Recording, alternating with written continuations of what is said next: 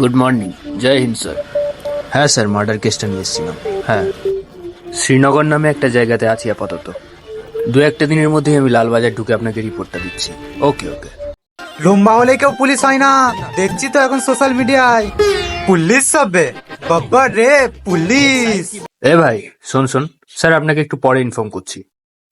ব্যাপারটা কি জানিস তো, সরকারকে আমাদের প্রতিটা গুলির হিসাব দিতে হয়, মানে ওই খাতায় লিখতে হয় আর কি।